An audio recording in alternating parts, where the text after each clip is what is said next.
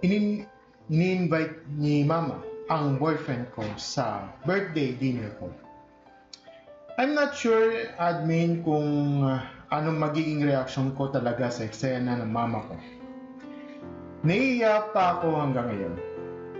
August 10 ang birthday ko, last month, yung Amventure. Ako si Annalyn, 27, taga Subic. First kong magkaroon ng seryosong boyfriend na si Javi, 29, na may kaya naman sa buhay. 1 month pa lang kaming nagkakilala, pero sobrang okay na kami. Kaya nung birthday ko, niyaya niya ng mama ko sa dinner with my family.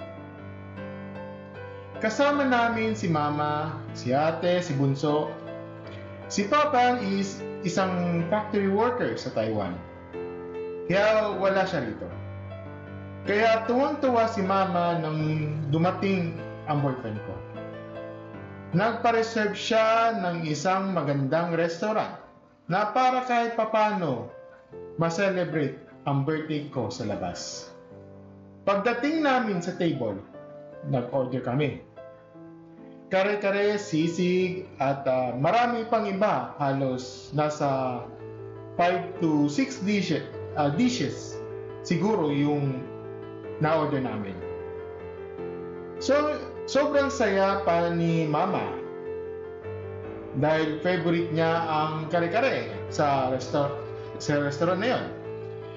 Pero nung dumating na yung bill, bigla na lang pinarinig ni mama, baka pwedeng naman si Javi mag-treat sa birthday dinner mo. Kinilig pa siya habang binibigkas yun. Napaubo tuloy si Javi, medyo natahimik ang table, as in 3 minutes walang nagsasalita.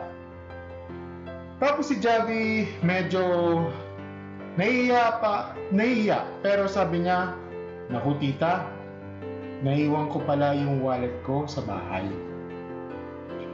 Akala ko birong lang ni mama yun, kaya niya nasabi. Pero hindi ko rin i-expect ang gagawin ni mama. Narinig ko pa siya, nagmumura. Yaman-yaman pero kuripot. Hindi makabunot kahit birthday ng anak ko. And guess what? Binayaran lang ni mama yung kinain namin mag-ina. Pero yung kinain ng boyfriend ko, hindi niya sinama. Pero para bang sinadya? Nakakaya sobra. Kaya ang ending, ako pa mismo ang nagbayad ng order ni Javi gamit ang card ko. Pagkatapos kumain, nagpaalam si Javi, hindi na siya nagtagal. Naglakad palabas, tapos nag-message siya sa amin, "I don't think this is going to work." Heartbroken ako. First boyfriend ko pa lang siya, pero dahil sa pagiging toxic ni mama, wala na agad. Ang masakit pa, imbes na itinding ako, si mama pa yung galit.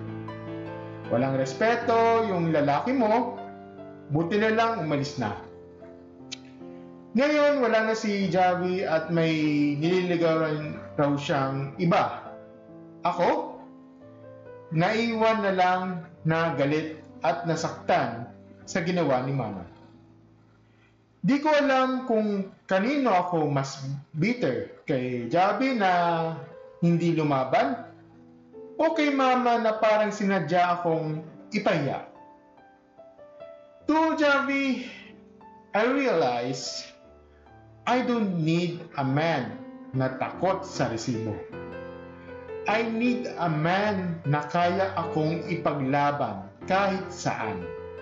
Hindi yung tatakbo ang mag-reason out na naiwan yung wallet. Tama lang ba na ginawa ni Javi? O need ko siyang kontakin at suyuin para nagkaayos kami? Kasi nasa ligawan stage pa lang naman siya. Comment sa baba ang mga advice niyo. Thank you. Have a great never-ending stories.